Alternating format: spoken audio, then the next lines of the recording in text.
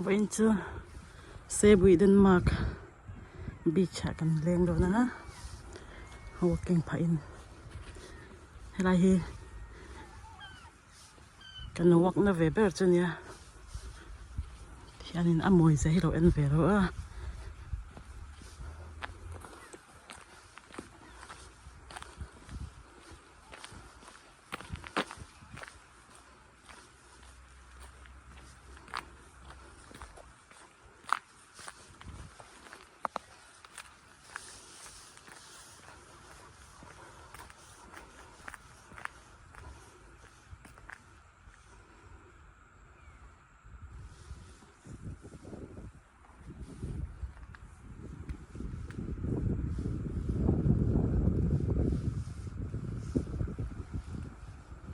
hay khi ta hiệt thiang em à nuam lúc tak zing da riat le te nia pollution pa lo lo a chanin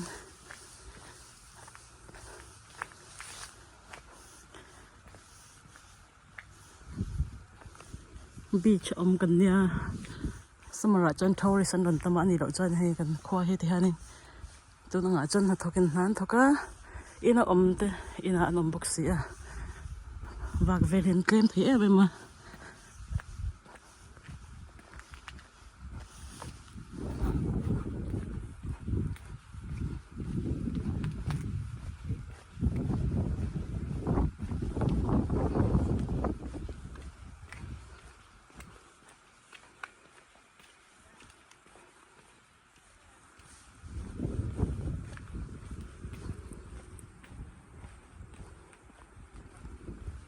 heng in hau hi at pik takin pensun to ho mi hau sa ho na nia anom em mai ne hei hetia ang lung te hi lai hi ama join tui vek ania englo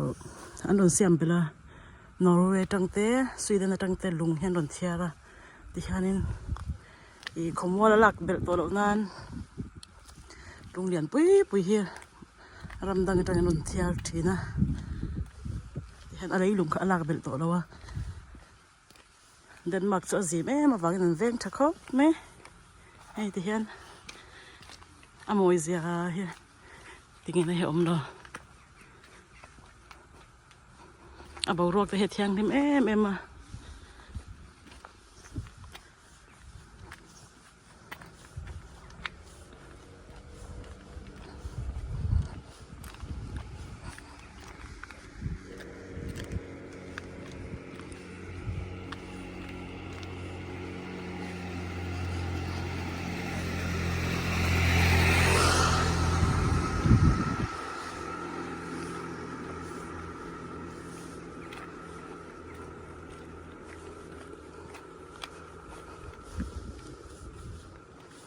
แค่ไรแค่ลงจุดลำหัวนั่นนี่อ่ะ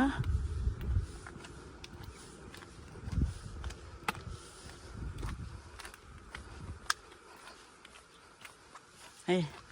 ลุงเห็นตัวรู้แล้วมาสิน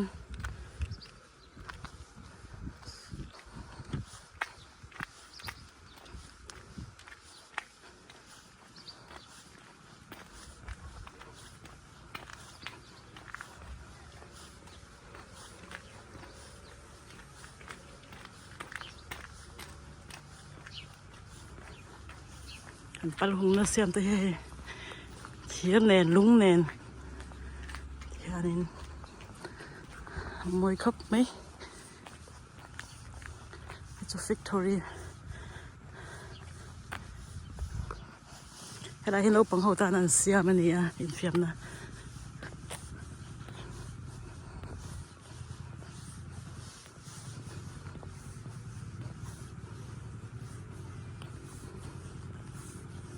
เราปังไหนตานจุดให้เราก็จะให้นวมให้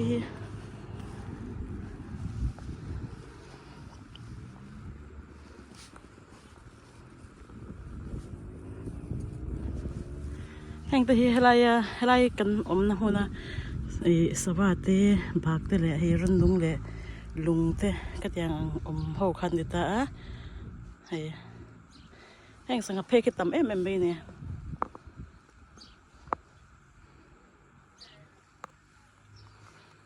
จากไอที่อาตำรุดตัวก็ส่งไล่เชฟเวลาส่วนจากไอที่มีลุงบุลเวลาแค่นจากไอเต้ไก่กวางเต้กันเชียนที่เห็นมันเชียนอะไรนี่กันไอเราไว้กันมันเวงไอเราวะแต่โซนินสมัยจนแต่เห็นลุงลงข้ารถขัดเฟกโดนนะรำดังจังว่าบุคคลฉันรถมังหูตานคันอันนี้อ่ะ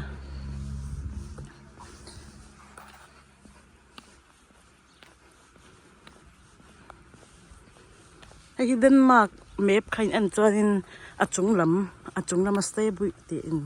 ทำมีควาบีชคันนี่ตาสมัยเราจนกันขัดแต่เห็นมีสิ่งที่ตำลุดตุกทัวริสควานี่ทัวริสอันนั้นกันเนี่ยมานี่ก็จนหิมแต่เห็นสิ่งทุบโดนนะปังปาช่างเน้นมวยเลยโดนตุกไล่ลงแต่ที่มันตั้งอ่ะบุคคลฉันนั่นก็เลยทงตัวนะติดจอนินตัวอยากแค่รำตั้งอ่ะอังกฤษเต้ฟรนช์เต้มันช่างตั้งอินรถก็คอมเลยตัวนี่ที่แค่นี้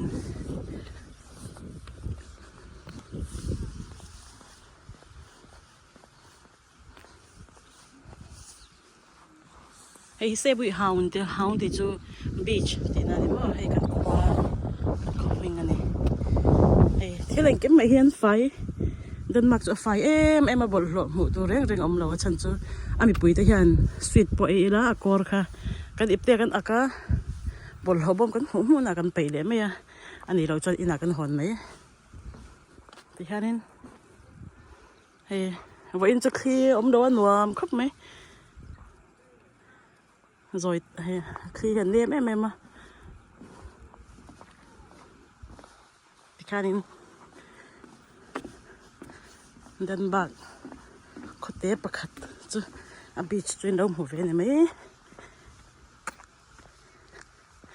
thì chứ beach chân chảy mồi nữa hắn tem mồi nè aliens tên ăn to lắm nè thì khai nên kasi ka chan tuya khal thina wangin a ken hlaw ti han khomwa la han choi chuak thina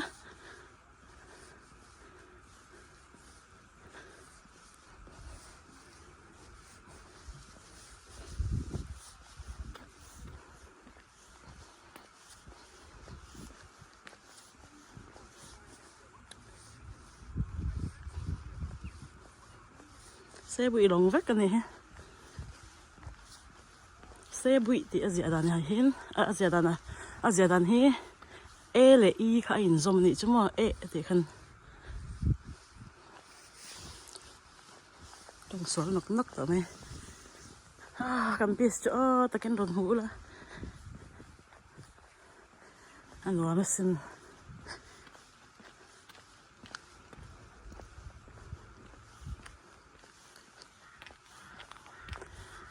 so public toilet niya involved na po oma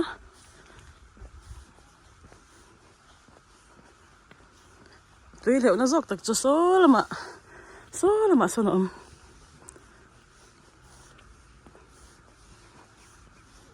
hay là hít chút sang haman tu tên sang haman na hay tiếng tây sang haman na tu ran siam niya thiếm nền hay tại khi anh vinh á sang hàn mình thì nên mua cho số lại số viewpoint cho xin người về cho nên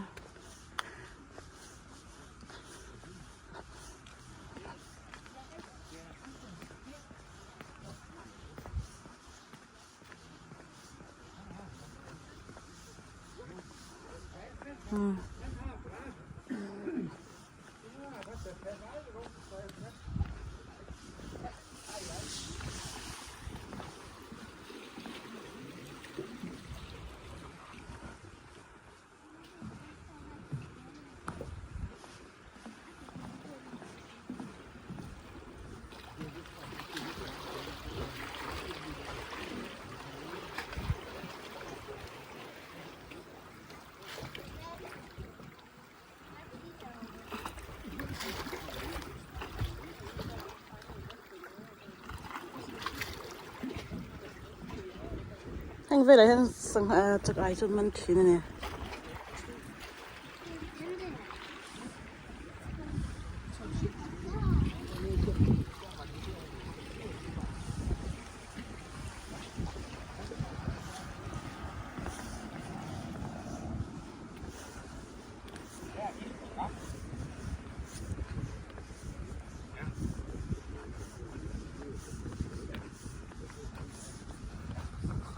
cho sakit mak kabisa thòm đúng là ngay cốc mẹ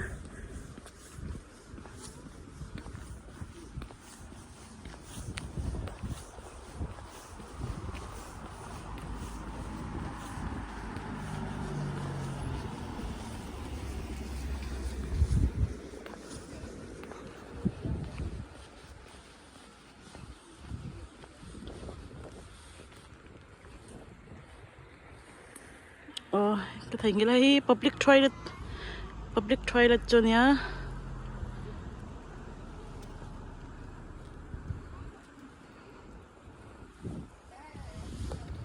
นี่กินอะไรสมัยละลงอาขาไปคนน่ะก็นอนเละด้วยนะจานินปังปาร์ตีเราอมตัวด้วยนะจุดที่คนน่ะจัน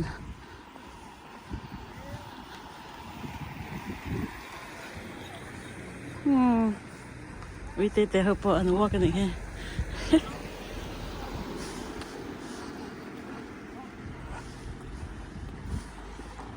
หนูมันเตเวรตัว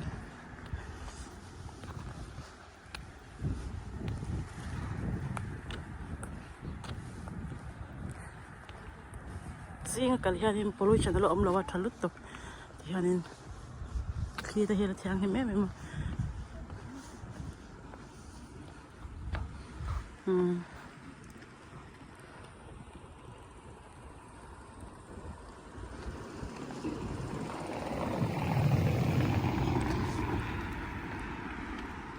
summer March นี่สมทุมจวนsummer อินเทนตัวนะ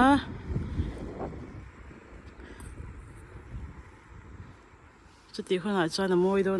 มันนี่สไลด์แต่ส่วนปังปาเราอมทับตัวนะ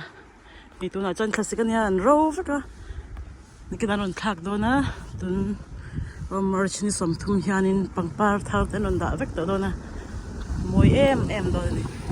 เฮ้ยคำว่าเรื่องหลักเรานั่นเทียมเนี่ยนั่นยันตีเวก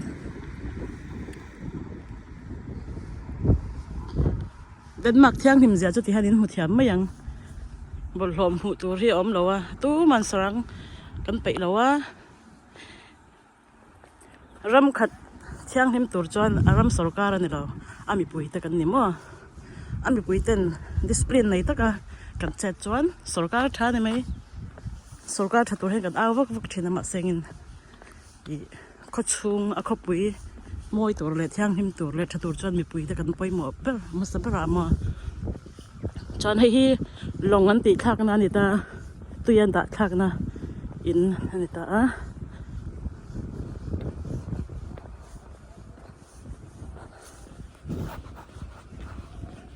เราอินจุดเฉียนกันไหนเราก็มาเจ้าอินติหันกันละ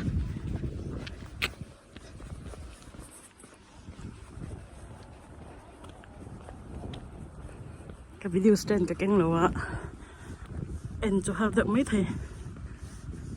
มาเราจะที่ข้างเราเอ็นเลยชิมแต่เราอะกระชุ่มที่เห็นก็อมนะก็เลียนนะเราหูเซ่ก็ดูอะหมวยมาวางเห็น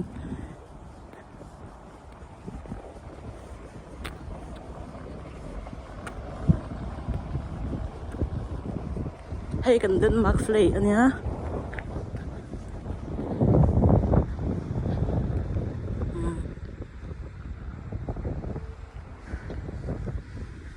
ให้แต่ยันลงคันดูปุยจะจนตุยันตอดขัดเทียนเนี่ยมั้ง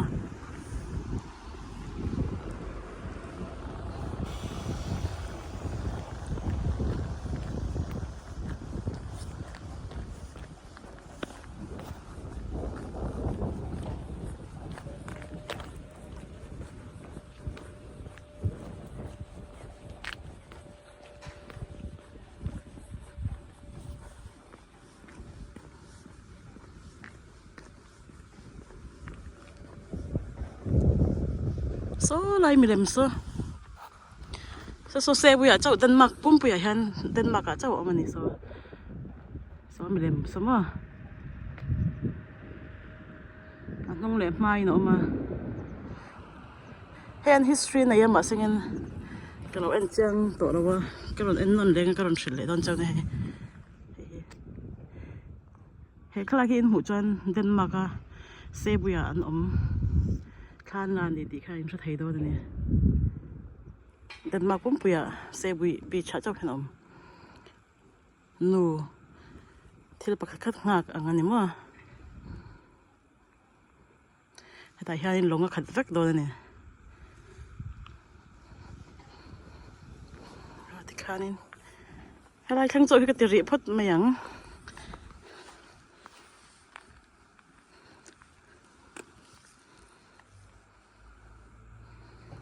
bye bye phút